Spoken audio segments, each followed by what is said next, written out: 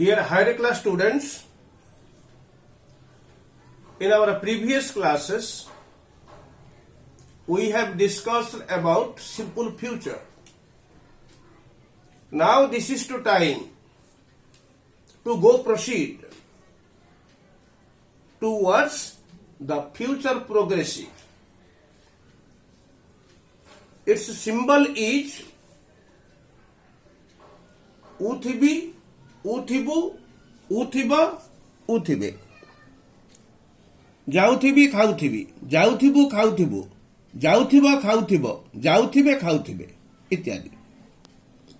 Structure, subject, shall will, be, V5 means ing, object, other words. And negative is subject, shall will, not, be, ing V5, object, other words. Interrogative, shall will, subject, be, V5 means ing, object, other words. So, we can use shall or will. Where we can use shall or will? It has been described in simple future tense. So, simple future time. So, where shall will be used and where will be used, you have to refer simple future time.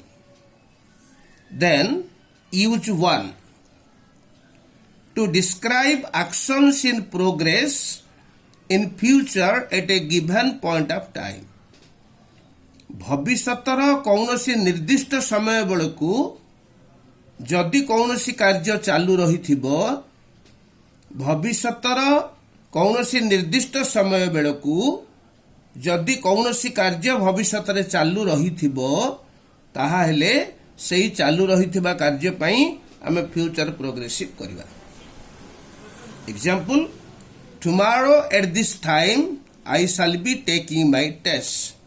So tomorrow at this time ये हला future point of time. ए जो future point of time रे I shall be taking my test, मोर test परीक्षा मु दउथिबी बा मु मोर टेस्ट देउथिबी. हेले फ्यूचर रो ए जो पॉइंट ऑफ टाइम बेलू ए जो टेकिंग माय टेस्ट एटा चालू रही तेणु shall be taking future progressive हैला.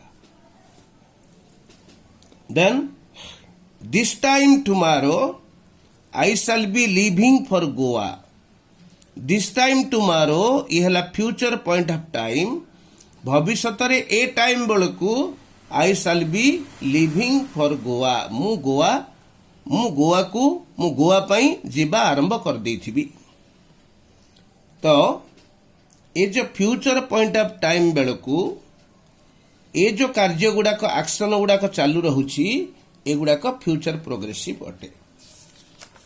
Then use to describe an event expected in the normal course in future.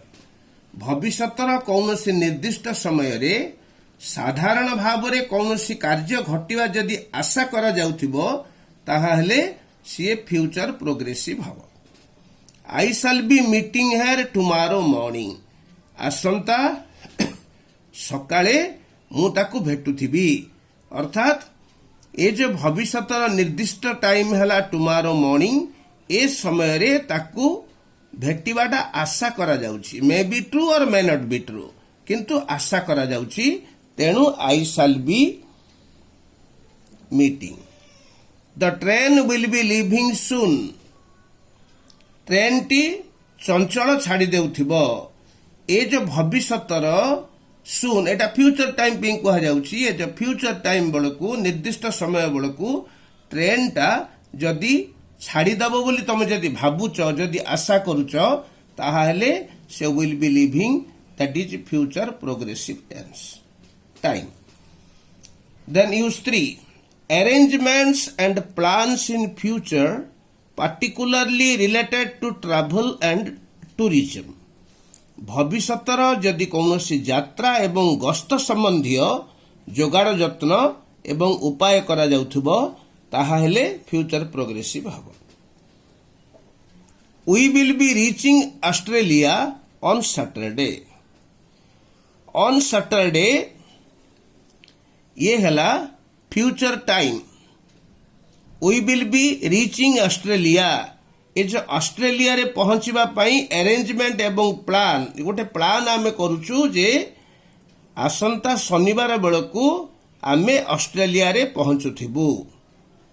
सिमती they will be spending the summer vacation in Manali this year. भविष्यत रे ए वर्ष बेलकू मनाली रे सेमाने summer vacation मनाउथिबे. ए जो will be spending आशा करा जाउची ए जो आशा करा जिबा एक्शन पाई एक्सपेक्टेड एक्शन पाई फ्यूचर प्रोग्रेसिव टाइम हैला. Then use 4 for polite questions where we do not wish to appear to be pressing for a definite answer. आमे जदि कौनसी विनम्र क्वेश्चन करिबा एवं तार उत्तर जानिबा पई जदि ताकू बाध्य न करिबा जाकू आमे प्रश्न करिबा पोलाइट क्वेश्चन करिबा ताठारु उत्तर जानिबा पई ताकू जदि बाध्य न करिबा से उत्तर देई पारे न देई पारे ताहा हेले आमे सेटे फ्यूचर प्रोग्रेसिव करिबा. When will you be finishing this work. तमे ए कामडा केते बेले तमे फिनिश करिवो. आमे तार उत्तर आउ जानिबा पई चाहिलेनी आमे खाली पचारि देले ताकू प्रश्नटा ये हला गोटे पोलाइट क्वेश्चन. सो ये हला future progressive. When will you B seeing mister Raju. Mister Raju को तमे केते बेले देखिबो. एटा पई ए जो प्रश्नर उत्तर पई आशा करा जाउ नै से उत्तर देले देला नहले नाही किंतु ये गोटे पोलाइट क्वेश्चन करा जाउची जे मिस्टर राजू को तमे केते बेले देखिबो. सेइथिपाई will you be seeing that is a future progressive. Use 5 to indicate an action which is a result of a routine. भविष्यतर नियमित रूटीन रो नियमित निर्घंटर जदि फल को बुझाउची कौनसी कार्य ताहाले सेटा में फ्यूचर प्रोग्रेसिव करिवा. She will be passing his uncle's house tomorrow. येला भविष्यतर टाइम आसंता काली से तार अंकलंकर घर को अतिक्रम करी जाउथबो. ये हला फल. किमिति फल ना it is on her way home from work. तार काम ठारू तार घर भितरे तार मामुकर घरटा पड़ुची. तेणु ए जो से सबुदिने तार काम को जीवाटा होची रूटीन. That is routine. तार फलटा हेउची जे से काम को जीवा समय रे निश्चित भावरे तार अंकलंकर हाउस को से पास करिवो अतिक्रम करिवो. सो एज अ रिजल्ट पई will be passing future progressive. To go work एला रूटीन विल बी पासिंग एला result. Then I shall be seeing mister Sharma. मु मिस्टर शर्मा को देखुथिबी टुमारो आसंता काली. We work in the same bank. ए जो work in the same bank ये हला रूटीन. सबुदिन ये निश्चित भाव में बैंक को जीव काम कर तार डेली रूटीन. ए जो रूटीन रिजल्ट स्वरूप कौन हम ना से मिस्टर शर्मा को सब देखुव. तेणु ए जो working in the same bank that is routine shall be seeing that is result. So shall be seeing is future progressive tense. So dear students we have discussed about future progressive tense. Then we will give you some homework and the answers will be sent to you later. Thanks.